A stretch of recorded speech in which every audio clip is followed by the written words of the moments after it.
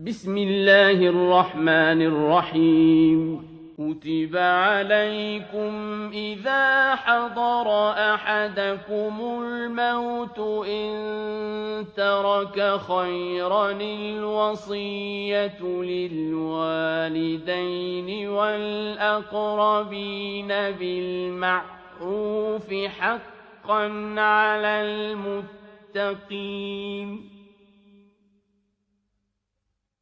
فمن بدله بعدما سمعه فإنما إثمه على الذين يبدلونه إن الله سميع عليم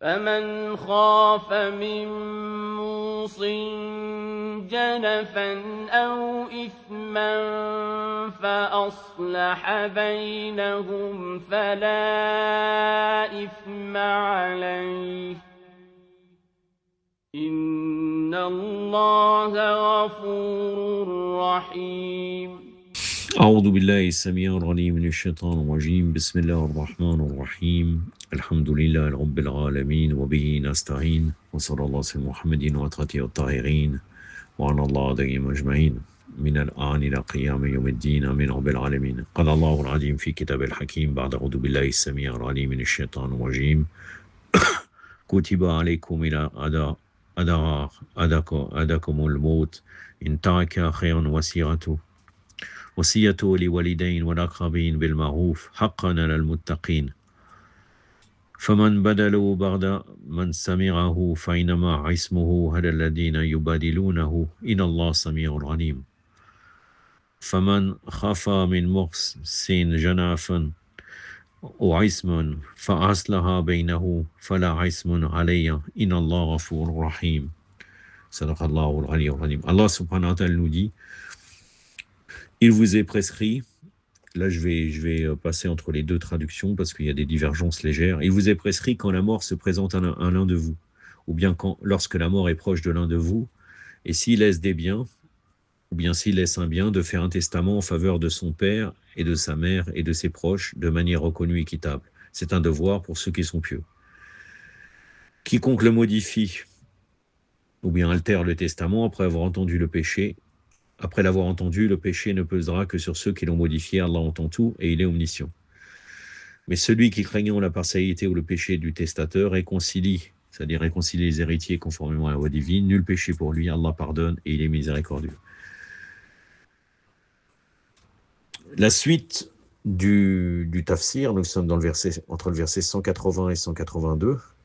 Ici, je ne pourrais pas utiliser le tafsir de Hassan Askari alayhi salam parce qu'il y a une rupture jusqu'à, de mémoire, verset 198. J'avais prévu de rajouter quelques éléments, notamment, puisque c'est le sujet du testament, dans ces versets, des hadiths qui concernent l'importance du testament. Mais il s'avère que de toute façon, le Mufassir est suffisamment éloquent, et vous allez voir, il va traiter très très bien le sujet, notamment avec des hadiths aussi. J'ai pas vu une importance de rajouter, donc j'ai rien rajouté, je vous commente. Donc je commence avec le commentaire de Mufassir. Donc les testaments appropriés, dans les versets précédents, on parlait de la vie et de la sentence. Dans les versets présents, on atteint une partie des dispositions de la loi islamique sur le testament qui est relatif aux biens, et cela se présente comme un jugement impératif. On vous a prescrit, lorsque la mort est l'un de vous, et s'il laisse des biens, de faire un testament en règle en faveur de ses pères et mères et de ses plus proches. À la fin du verset, Allah ajoute: c'est un droit pour ceux qui sont pieux. On ne doit pas voir un testament d'un mauvais œil, comme certains le pensent, en se disant que rédiger son testament signifie qu'on va mourir tôt. Le testament est une forme de vision lointaine. En effet, Allah dit, lorsque la mort est présente, rédigez un testament, parce qu'au dernier instant, il n'y aura plus d'occasion. Donc là, il paraphrase le verset. Sinon, l'homme peut rédiger un testament des années bien avant que la mort arrive. Certains estiment que c'est obligatoire, et d'autres considèrent que c'est juste un acte recommandé. Mais comme le disent certains commentateurs et certains jurisconsultes, lorsqu'on a des dettes et qu'on a des droits des gens sur soi, il est obligatoire de rédiger un testament. Surtout pour le cas de celui qui a contracté des dettes auprès des gens ou des dettes telles que le chromos, la zakat, le pèlerinage. En dehors de cela, dans les autres cas, c'est juste quelque chose de surérogatoire. En plus, lorsqu'on regarde bien dans le verset, on parle des biens au lieu de l'argent pour que les gens comprennent que l'islam fait allusion aux biens et aux richesses acquises légalement. Et mis à la disposition de la société et au profit du groupe, on considère cela comme un bien et une bénédiction. Et cela permet d'effacer cette opinion négative selon laquelle la richesse en soi est quelque chose de mauvais. Cela permet également à ceux qui se font passer pour des ascètes et des pieux de comprendre que l'islam rejette cette idée car d'autres considèrent qu'un vrai ascète doit être un pauvre. Les gens qui ont de telles conceptions ne contribuent pas à l'évolution de la communauté islamique. Oui, bien entendu, puisque une des qualités du riche, c'est que normalement, s'il est vraiment pieux, il pourra redistribuer sa richesse pour faire le bien. Cette expression montre que la richesse est légitime, car les biens mal acquis qu'un homme laisse derrière lui ne sont pas considérés comme quelque chose de bien, mais plutôt comme quelque chose de mauvais. À partir de certains hadiths, il en ressort également que l'expression bien traduit des biens susceptibles d'être considérés, sinon il s'agit des biens considérables. Donc là, le terme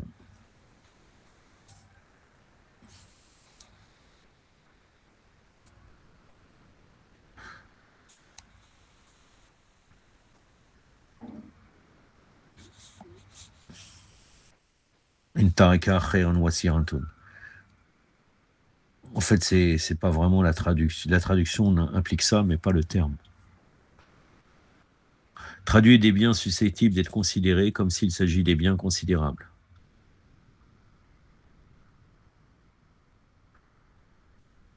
Autrement dit, très peu de biens n'ont pas besoin de testament, excepté ceux que le propriétaire partage conformément à la loi. En d'autres termes, lorsque les biens sont peu nombreux, ce n'est pas nécessaire que l'homme les divise en 3 pour en faire un testament.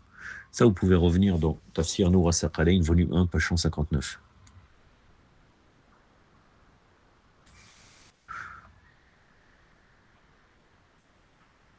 Et la phrase « lorsque la mort est proche de vous » explique la dernière opportunité pour le testament en faisant comprendre que si on y connaît du retard, on va finir par perdre. Alors il n'y a aucun problème si on le fait avant et qu'on prépare son testament bien plus tôt que cela. Il ressort des hadiths que c'est un acte très apprécié. Le messager d'Allah sallallahu alayhi wa sallam a dit « Quiconque quitte ce monde en ayant laissé un testament, c'est comme s'il était mort martyr. » Wasail al-Shira, volume 13, page 352. Dans un autre hadith, on considère celui qui pense qu'écrire un testament est une forme de mauvais présage, comme quelqu'un qui a une vision très courte. Le testament, en fait, est une forme de pragmatisme et de projection que personne ne peut renier. Car si cela ne contribue pas à la longévité, il n'apportera rien sur la vie courte.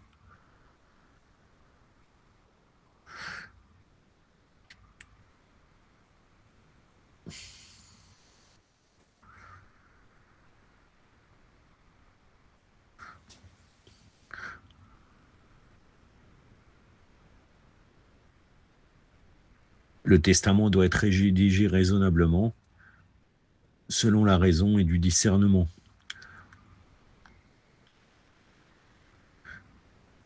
En ce qui concerne le montant de la quantité et la personne en faveur de laquelle le testament a été rédigé, et aussi bien d'autres aspects, cela doit apparaître de manière que l'opinion générale le considère comme un acte convenable et non une forme de discrimination ou alors quelque chose qui va engendrer les conflits, la déviation des fondements de la vérité et de la justice. Tafsir Nour as-Saqalayn, volume 1, page 159. Lorsque le testament est exhaustif et remplit toutes les conditions adéquates, il est respecté et vénéré à tout point de vue. Il est interdit de procéder à tout changement ou modification de celui-ci, tel que l'indique le verset suivant. Quiconque altère le testament après l'avoir entendu, son péché sera sur le dos de ceux qui l'ont changé, ou bien ne pèsera que sur ceux qui l'ont modifié.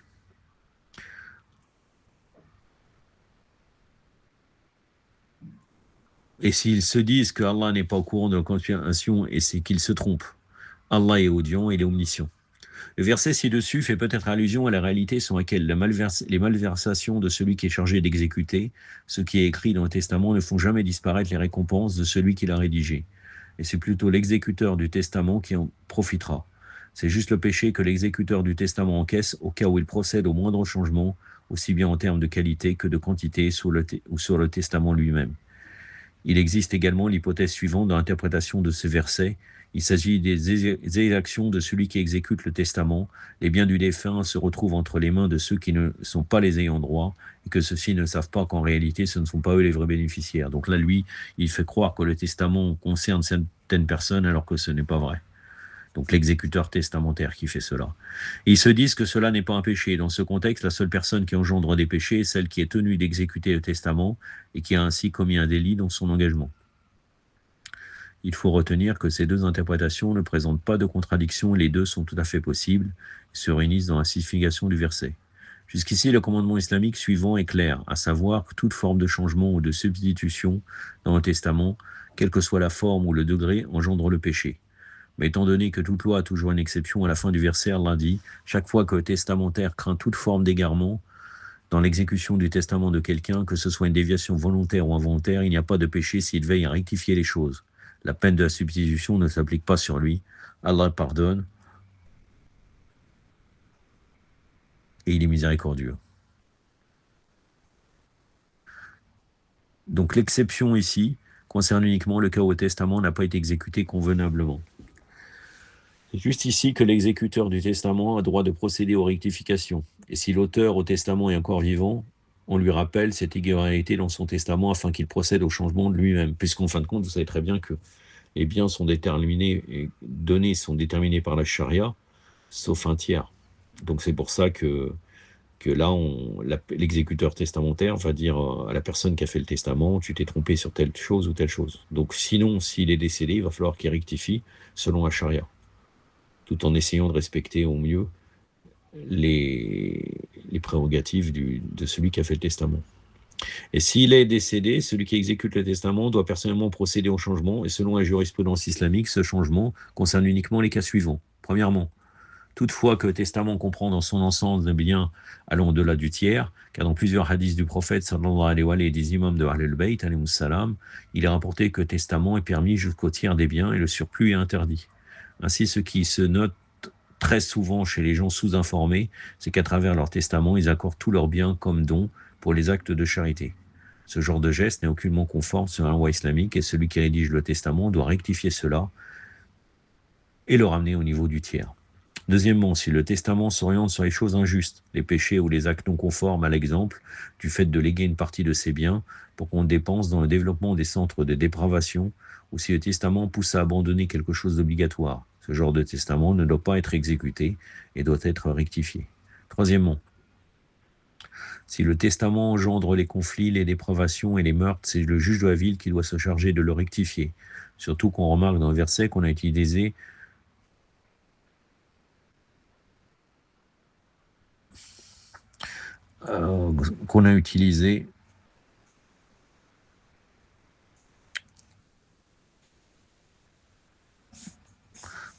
Badalahu,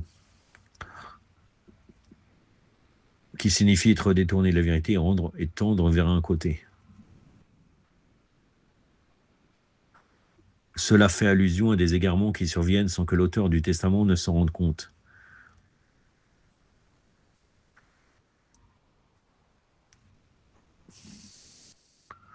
Et après Yubadilunahu.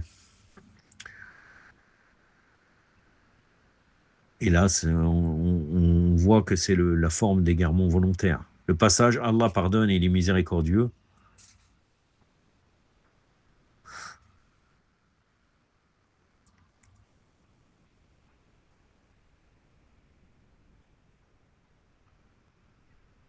à la fin du verset fait probablement allusion au fait que chaque fois que l'exécuteur du testament fait face aux actions contraires aux lois islamiques, venant de la part de l'auteur du testament, il doit le rectifier et le ramener sur le droit chemin, et Allah ne tiendra également pas en compte son erreur. Il a terminé avec le commentaire, mais à chaque fois il ramène des notes qui en vérité sont aussi une forme de commentaire. Donc là il rajoute, sans rentrer forcément dans le tafsir. Concernant le fait que le testament est permis jusqu'au tiers des biens et le surplus est interdit, vous allez trouver l'information dans Wasail al-Shira, volume 13, page 361, Kitab al-Arkam, El-Wasaya, donc le livre des jugements, El-Wasaya, donc le testament, le chapitre 10, Bab 10. Note, la philosophie du testament. En ce qui concerne la loi de l'héritage, seule une partie des proches bien définie profite, alors que d'autres membres de la famille ou apparemment des amis et des connaissances proches peuvent avoir besoin de l'aide de cet argent. En ce qui concerne certains héritiers également, le montant ne suffit pas pour répondre à leurs besoins. Le caractère exhaustif de la loi islamique ne permet pas que cette lacune soit comblée, car à côté de la loi de l'héritage, il y a également la loi du testament, et il est permis aux musulmans de prendre la décision sur le tiers de leurs biens pour le cas après la mort.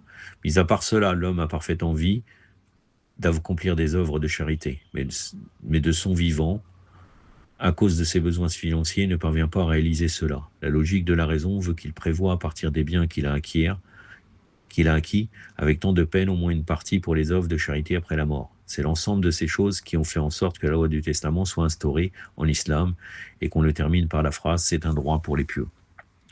Certes, le testament ne concerne pas uniquement les cas ci-dessus. L'homme doit également définir les dettes et les choses que les gens lui ont confiées et le préciser dans le testament de manière à ne laisser aucun élément flou en ce qui concerne le droit des autres, le droit d'Allah qui lui incombe. Dans les hadiths islamiques, nous avons beaucoup de propos qui insistent sur les testaments. Nous lisons dans ce hadith du prophète sallallahu alayhi wa alayhi, ce n'est pas convenable qu'un musulman se couche la nuit sans avoir fait son testament sous son oreiller.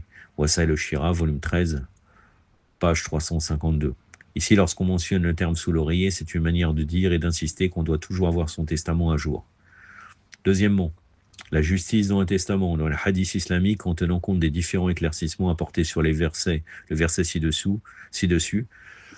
En ce qui concerne toute forme de violation de testament, il existe beaucoup de propos dans lesquels on insiste d'éviter l'injustice et le préjudice dans un testament. Il ressort alors de cet ensemble que de la même manière que le testament est un geste bien et appréciable, toute forme de violation dans un testament est blâmable et considérée comme un péché grave. Dans le hadith de l'imam Baqir alayhi salam, nous lisons « Celui qui respecte l'équité dans son testament, c'est comme s'il avait légué ses biens de son vivant pour la cause d'Allah. Et quiconque violera une clause du testament, il ne bénéficiera pas de l'attention divine le jour du jugement. » Wasail al-Shira, volume 13, page 539. La violation, l'injustice et le préjudice dans un testament signifient qu'on établit un testament au-delà d'un tiers des biens et qu'on prive l'héritier de son droit légitime.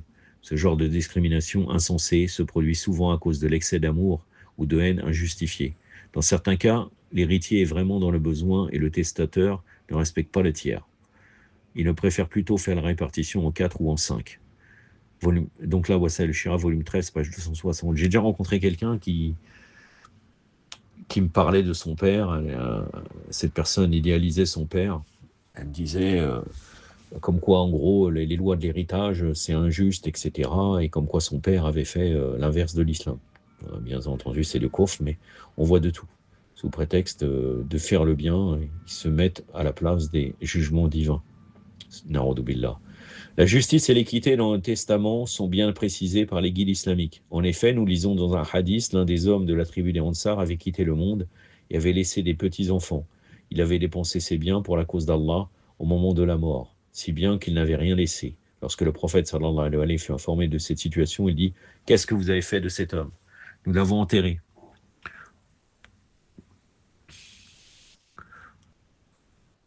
Le messager d'Allah dit alors, si j'avais été mis au courant avant, je n'aurais pas donné la permission qu'on l'enterre dans le cimetière des musulmans, car il a abandonné ses petits-enfants pour qu'ils se mettent à mendier. Safinat al-Bihar, volume 2, page 659. Troisièmement, les testaments obligatoires et surérogatoires.